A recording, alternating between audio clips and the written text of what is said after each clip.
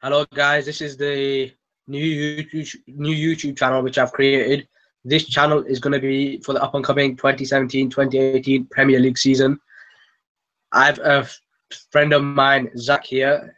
He's a United fan. I'm an Arsenal fan. What you're going to get with this YouTube channel is up and coming shows with rival fans, and they're going to give their opinions and on the up and coming season. So, Zach, what do you make of the latest story for the Arsenal signing of Alexander Lacazette? And they're going to sign him for a reported 50 million fee. What's your verdict on this? I think Alexander Lacazette, he'll be a top addition for Arsenal.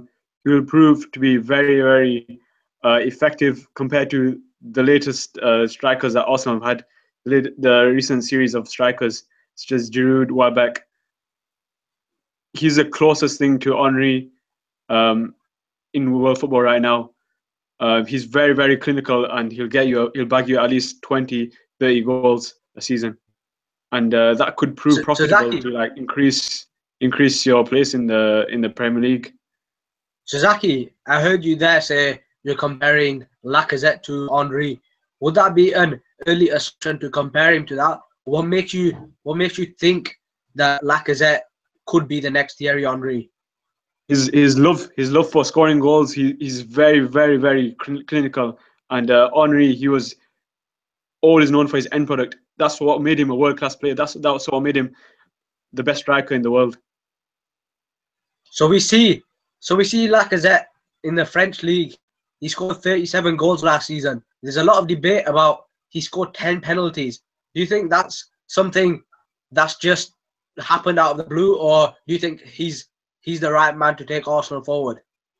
I think he is the right man. If you do get him, which I think there's a possibility that it could be an off deal, because another club could come in and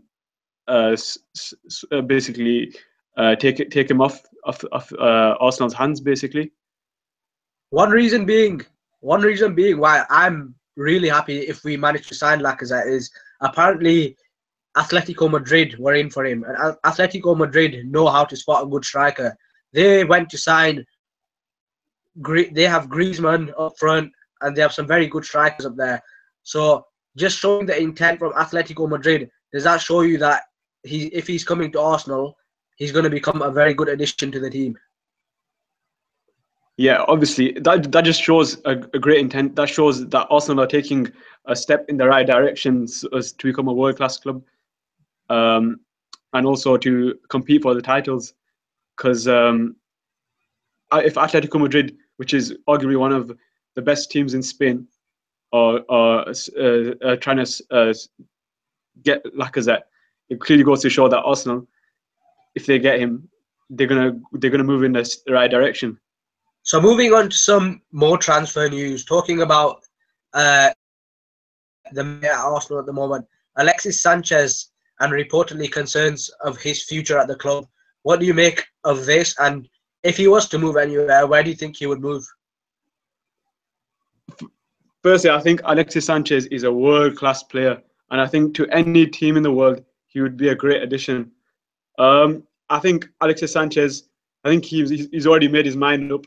You could tell by what he said is the story and the interview that he said that he's already made his mind up. I think he's going to leave Arsenal most likely, because he's a world-class player, and to compete at the highest level with the best players in the world, he has to move to a Champions League club, and a club that's in the running to win the Champions League. And that club, I think, is Bayern Munich. If he does go to Bayern Munich, I'd make Bayern Munich already favourites to win the Champions League next year.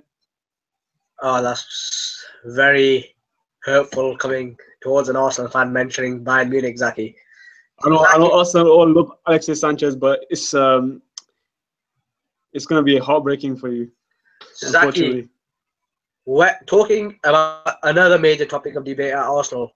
We're looking at Arsene Wenger and the fact he's been there so long. Do you think this would cause a major outrage within the fan base if Alexis Sanchez was not only to be sold, but to be sold to another Premier League rival? As you can see, this has happened in the past with Robin Van Persie, Samir Nasri, Gal Clichy, Ashley Cole. Do you think Arsenal fans would allow this to happen, or would this just cause a major outburst of anger? This would be so detrimental to Arsenal as a football club. It would just hurt Arsenal football club, and Arsenal would literally the fans would be heartbroken. They'd be shouting. They'd be booing. They just feel so hard done by this transfer if it were to happen. Okay, so Zaki, knowing you're a United fan yourself, you're going to be entering the Champions League this year. It's going to be very tough for you as you've not been in there for a while, since there's been a major transition in your club after the managers such as Louis van Gaal and David Moyes. You now have arguably one of the best managers in the world in Jose Mourinho at your club. And if you want to compete in the Champions League, it's going to be a lot harder than it was in the Europa League when you managed to walk over Ajax, who are pretty much non-existent for that game. So moving on into the Champions League, what do you think Jose Mourinho needs to do in terms of transfers to get United where they need to be?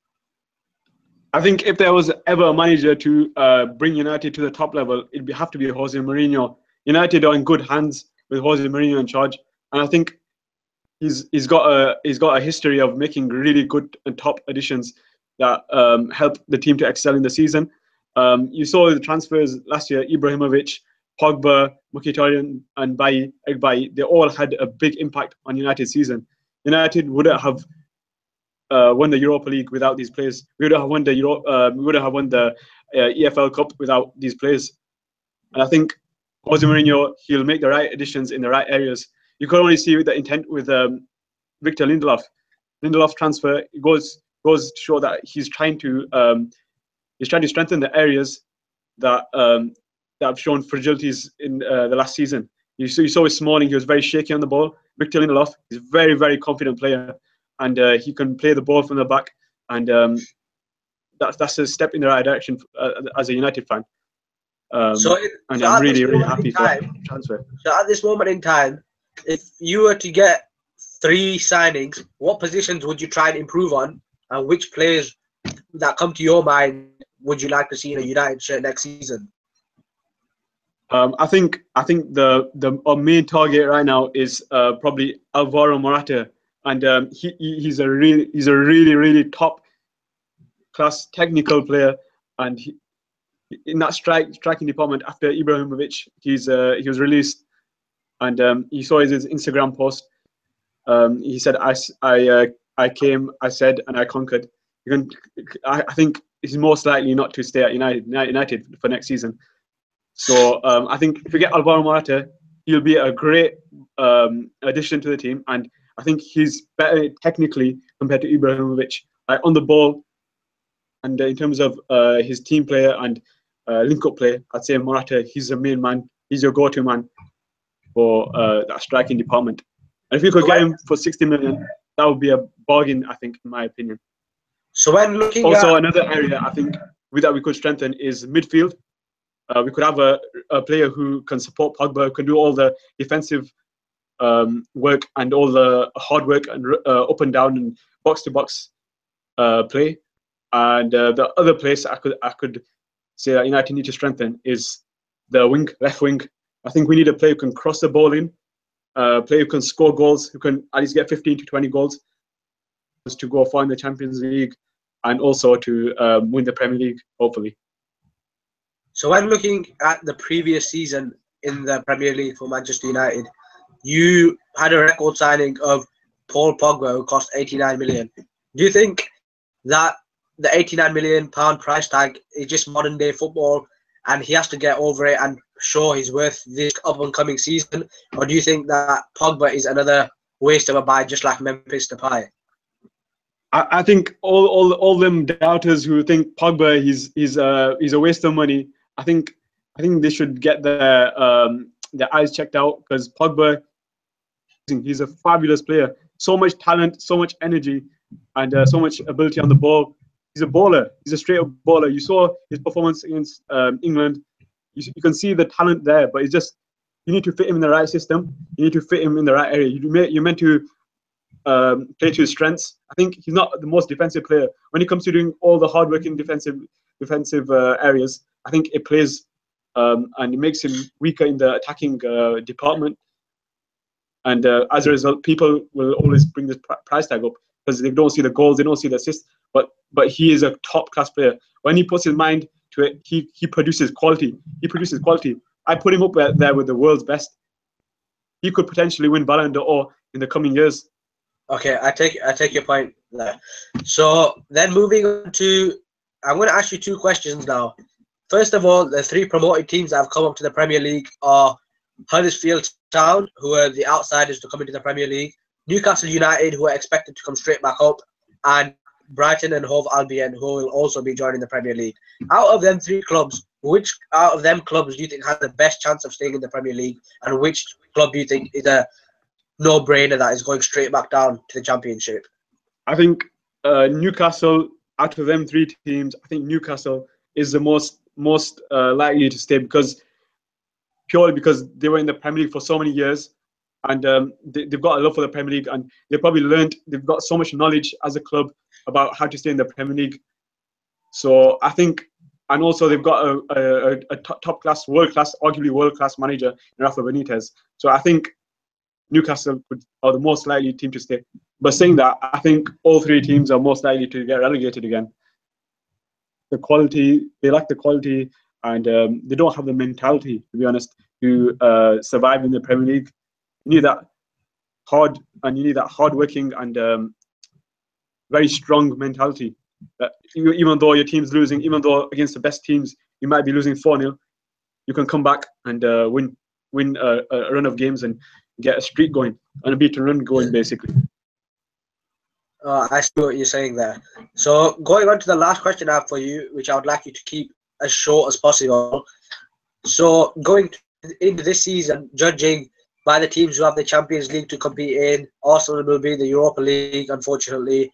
And for the first time, there's going to be 5 English teams in the Champions League. It sets up for a very intriguing season.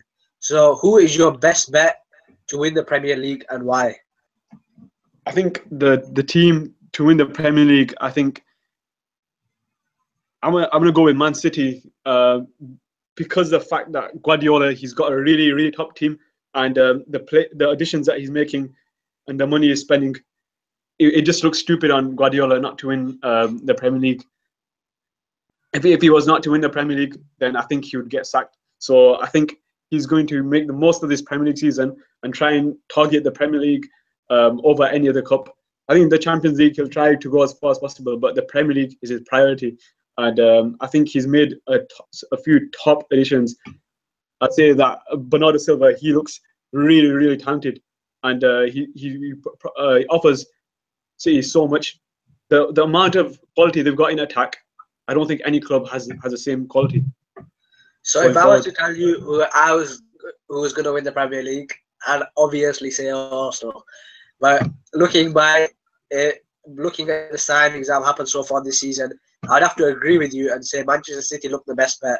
With the signings, Sane was only going to get better this season. Sterling, then you have Aguero, the possibility of Sanchez going to Man City, which look at all the names. There are so many quality names in attack. You could just name De Bruyne, Aguero, Bernardo Silva. You got that Gabriel Jesus as well. Then you've got Sterling. You got so many good players. You got Bernardo Silva now, so it's just gonna be unbeatable attack. I don't know many defenses that could defend against such a top attack. Thank you, Zaki. It does prove to be a fascinating Premier League season this year, with all the 5 teams in the Champions League. The busy schedule that's going to be taking place. It's going to be who can stay. It's going to be about who can stay the most consistent throughout the season, and then we will see the winner after 38 games of the season. So this has been my first podcast. I hope to try and upload a video 3 times a week. So at the start of the week, I'll have my preview of the weekend's games. Then during the week, I'll have either a Champions League show or a Europa League show. And at the end of the week, on a Sunday, I'll have the aftermath show of the Premier League. So Zaki, it's been great having you on and having your insight. Hopefully, guys, I'll have him on much more during the up-and-coming season, and many more other rival fans from other clubs such as Chelsea, Liverpool, and teams like that. But Please do try and support the channel. Drop a subscription and a like. I really appreciate it. Thank you, guys.